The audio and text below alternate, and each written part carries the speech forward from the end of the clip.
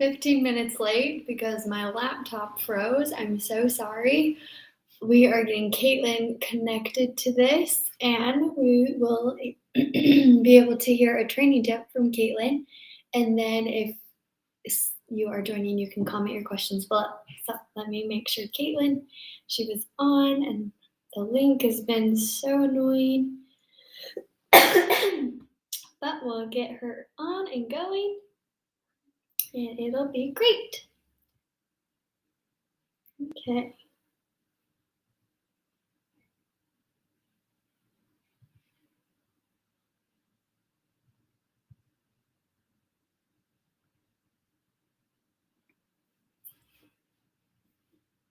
All right. Well, just give us 1 second. We're getting Caitlin on here. Hope everyone's had a nice Thursday. If you want, comment below where you're joining in from and comment the weather where you're from. Is it sunny today?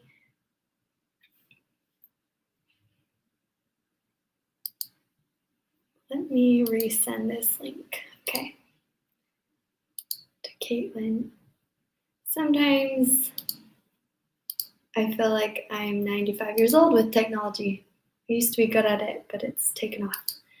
Brian, thank you for your comment. Where are you in from and what kind of dog do you have? Caitlin's just about to join.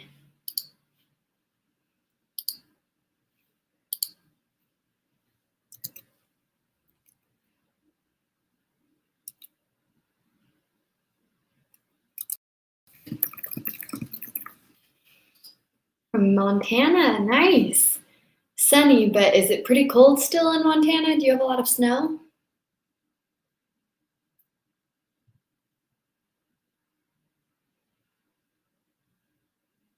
Just resent her that link.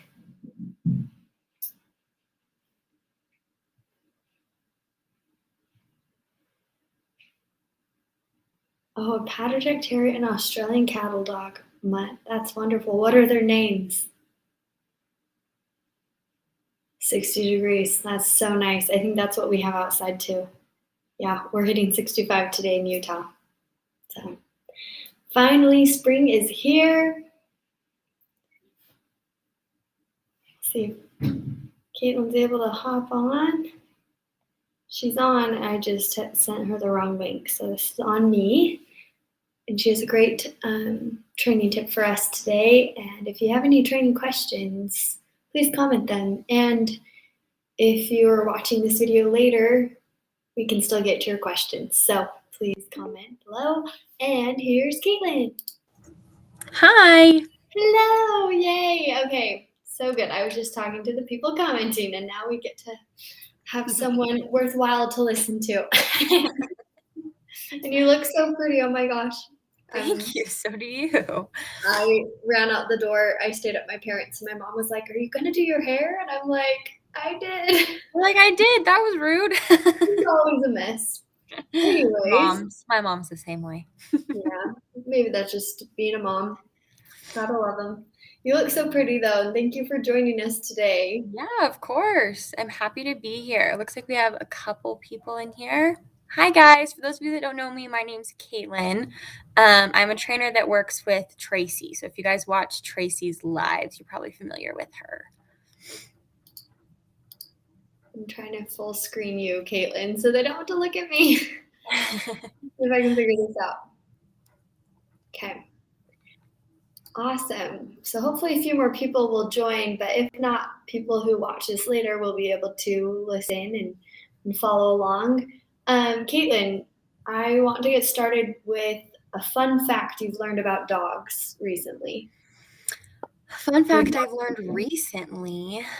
Well, recently I've been learning more about separation anxiety, and there's always new research that comes with more specific like behavior modification. So that's always really interesting. Traci specializes in like the reactive side of things. So I've been kind of trying to get myself well versed in more separation anxiety stuff. So maybe that's something new. But something I would love to talk about today is training the dog that's in front of you. So not comparing your dog to all the other dogs around you or dogs in this group, dogs you've owned previously, and just focusing on the needs and the relationship that you have with your dog currently. I love that. What made you think about that? Did you have an experience? What made me think of that was I'm currently training 2 puppies that live in the same household. So they're on the exact same training plan. We do the same sessions together every week, and each puppy learns differently.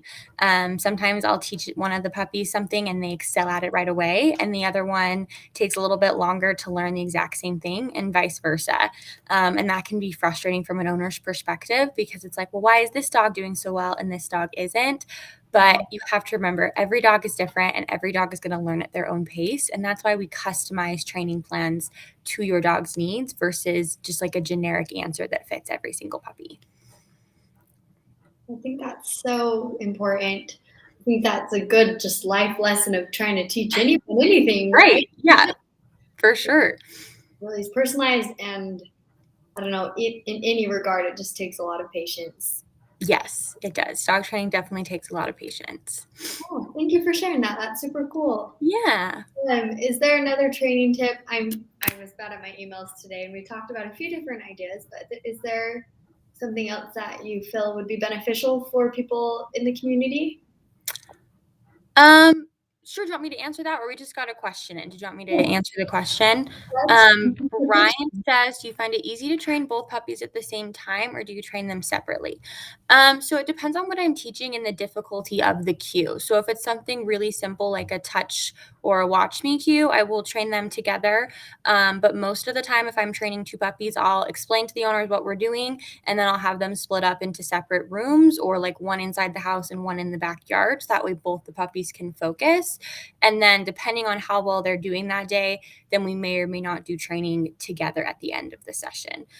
So it really just depends on the puppy's mood that day too. Like if they're extra playful and they're distracting each other, then we're not setting them up for success. So I'm going to separate them. But if they're both like really in the zone and they're working really well and we can use the distraction of each other to help build that skill, then I'm going to do that. That's awesome. Thank you. But as far as a training tip goes, a really good one now that spring is rolling around the corner and we're all outside more is to use your long lines. Pupford sells ones that are in different sizes for small or big dogs, which is great. But I love to use long lines for going out on walks because you can customize however long you want your dog to be like on the leash, like really far away from you or nice and close. So you can practice a heel walk with the long line, or you can practice all of your sniffs and letting them work on recall from a distance, and you can get more done in a walk versus just like using a regular leash that's like 6 feet. I love that. So I don't have a dog personally, but I have lots of friends with dogs, and I have a lot of experience being around dogs. And I feel like we've gone on walks before, and I've taken some dogs on runs with me before. And sometimes, I mean, I have the leash, but sometimes I let them off leash. How do you know when a dog is ready to go off leash? Like when you have multiple successful recalls, because sometimes it's just easier, but then the dog's more prone to just go off and do its own thing and takes longer. I think it depends on the area. So if you're walking your dog in an area that has no leash laws and you feel comfortable letting your dog off leash and they're there all the time off leash, then that's fine. If you're building up to a new area with your dog off leash, that's another great way to use a long line because it gives your dog a little bit more wiggle room to go and run in front of you and sniff. Then you can practice that recall and practice, okay, what do I do when mom or dad calls me back to them? So that way they're not distracted. Because dogs don't generalize. So say they do really well off leash in your neighborhood, but when you take them to a park where there's squirrels and dogs and people and smells, that training is kind of out the door because those things are more important. So practicing your training everywhere you go and building up those skills is super important. So another good way I think of it is like, say they're at college level in your neighborhood, maybe they're more middle school, high school level in a park. Does that kind of make sense? Yeah. What do you mean when you say dogs don't generalize? So humans will generalize in the sense of like, because I do this activity in one place, I can do this activity in the other place. Dogs don't have a sense of that. So if they're really good at doing cues at home in your backyard, but then an outing, that's a whole new area with different smells, different distractions, different noises. So you have to build up their skill set to be in those different environments, not just where you are typically, like your house or your backyard or your neighborhood park or something like that. Yeah, that makes sense. Okay, another random dog question, because my friend has a dog and I've been learning a lot. Dogs don't feel guilt, right? Like if you come home from work and your dog had torn up something and you get mad at it, it will literally not know what happened, right? Yeah. So if you come home from work and your dog has destroyed your sofa, peed all over the carpet, and you just start yelling at them, all you're doing is making yourself feel better maybe, but you're kind of putting a little bit of a dent in that relationship with your dog because they're putting an association of bad things happening when you walk in the door. They have no concept of they're yelling because of the pee or because of the sofa destruction. They just think you're yelling. So instead, correcting that behavior and saying, okay, maybe my dog isn't quite ready to be loose in the home when I'm not here, and we need to manage that better. So building up to having freedom in the house. So work on your kennel training, build up to allowing them to be in just one room of your home and see how they do. And then eventually slowly build up to your whole house if that's something you want. But that's not everyone's training goal, and that's okay too. I like that. For those watching, what other training questions do you have? And what kind of dog do you have? How old is your puppy? We'll see if anyone comes up. I'm trying to think of more questions I've had too, because I'll have a dog eventually, just not right now. Yeah. A Great Dane. That's fun. How old is your Great Dane?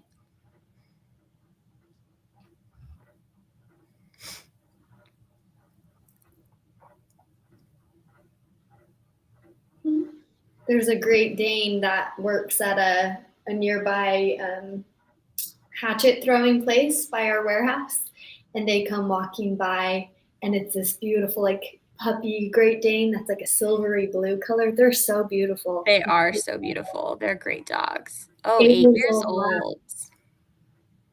That's awesome. What was one of your struggles training your dog, Key Vendors? Did I said your name right?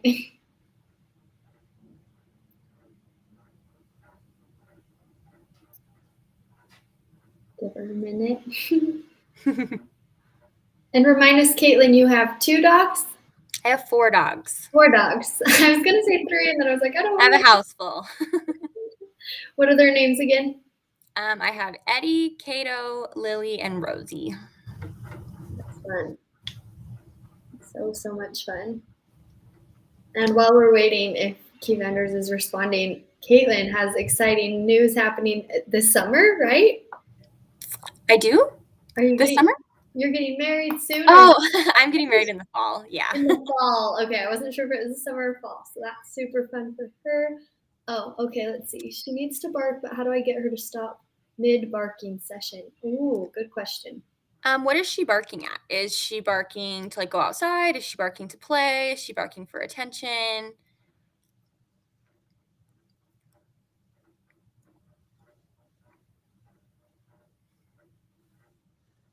I think in the wide web, it has some lag, but I think she's on it.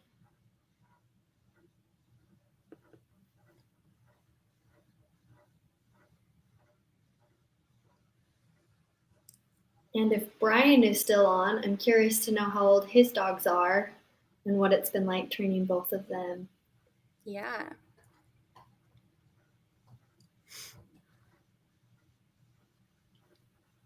Well, while we wait for that answer, something that else is a nice thing to teach your pups. I have one of my dogs over here on the side. I don't know if you can hear him. He's chewing. I'm trying to keep him quiet.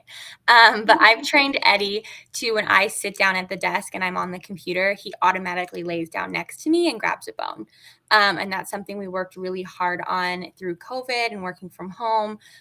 Because he was a puppy and he was like, Mom, what the heck are you doing? Like, I want you to play with me all the time, which obviously I can't do. So teaching him from an early age to just settle next to me and keep himself busy was a really important trait that I wanted him to have. And that's what he's doing right now. Maybe I'll show you in a second. I don't want to disturb him. I want to keep him quiet while we're talking, but he's just over here with his bone hanging out. The more I learn about dogs and dog training, the more I realize that you really can have like such a well-behaved dog if you start young and are consistent with your training, and I don't know, dogs can be just that much more wonderful in your life Yeah. when they're well behaved.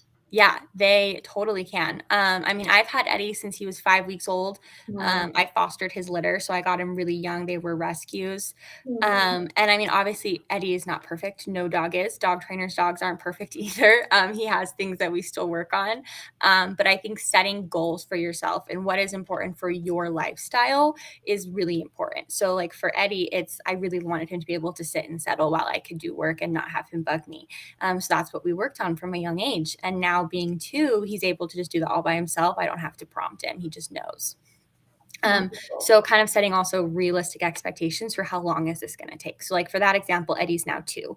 And like I said, I've had him since he was 5 weeks. So that's something we've worked on for quite a long time. Which 2 is still pretty young to be, yeah, I guess for most people to think, oh wow, that dog's so well behaved only at 2 years old. That's amazing. Yeah.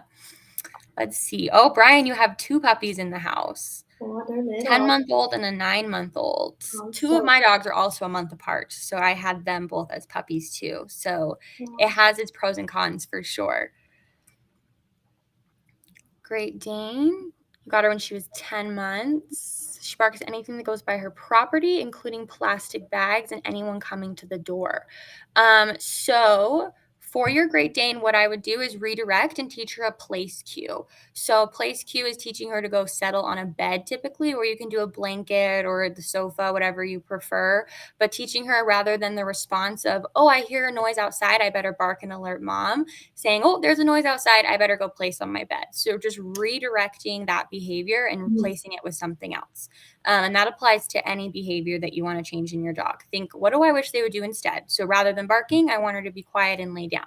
So replace the behavior with a good one and mark and reward for that. And you can set up a training session for that. So ask your neighbors to come to the door and knock and then walk away. And you can practice throughout the evening. Or like you said, even a plastic bag, have your neighbors drive by or have someone go outside and make noise with something, whatever it is to set them up. So that way you can have those nice wins and expect the noise. That way, when there is an unexpected noise, your dog will know what to do. I love that. That's awesome. Looks like we got another question. Let's see. 9-month-old Australian cattle dog mutts. The terrier. Oh, okay. So it looks like you have one dog that's a rescue, one that's from a breeder. Because he's a terrier. You have lots of high needs for sure with terriers. Mm-hmm.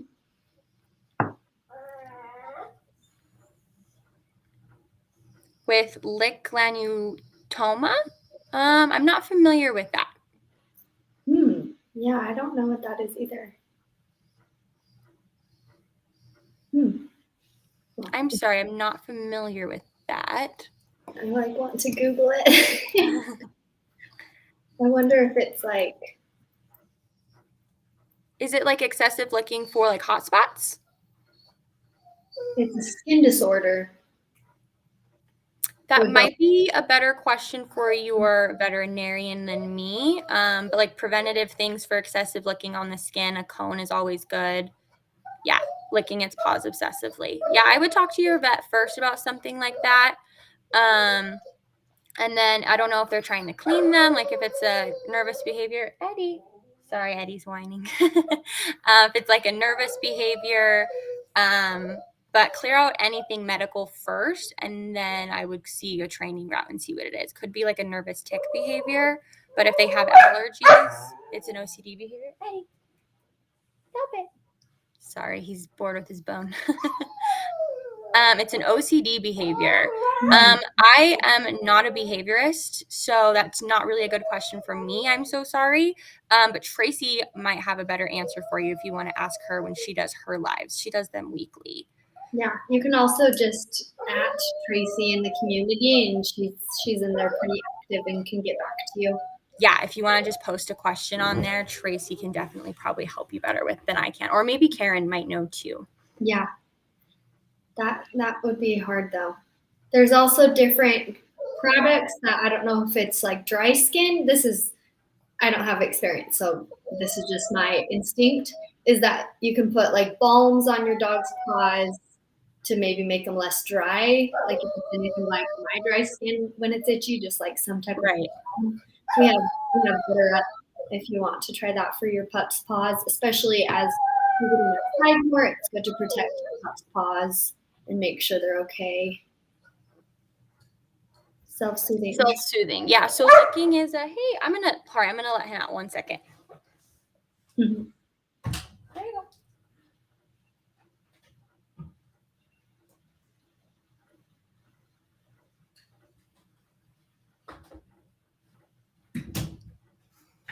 Sorry about that. You don't need to hear him whine. So as you can see, we're still working on it.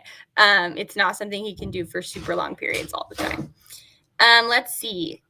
Licking forelegs for a while, self-soothing. So yeah, licking is a soothing behavior for dogs. That's why licky mats are so great.